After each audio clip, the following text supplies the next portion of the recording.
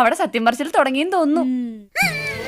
ഇത് ചോളം വിറ്റതെന്ന് ഇസ്കിയ കാശ്, ഇത് കരിമ്പ് വിറ്റതെന്ന് ഇസ്കിയ കാശ്, ഇത് താറാവ്. ഇന്ന് ഇത്ര ഇസ്കിയല്ലോടാ? ഉണ്ട് ഉണ്ട്.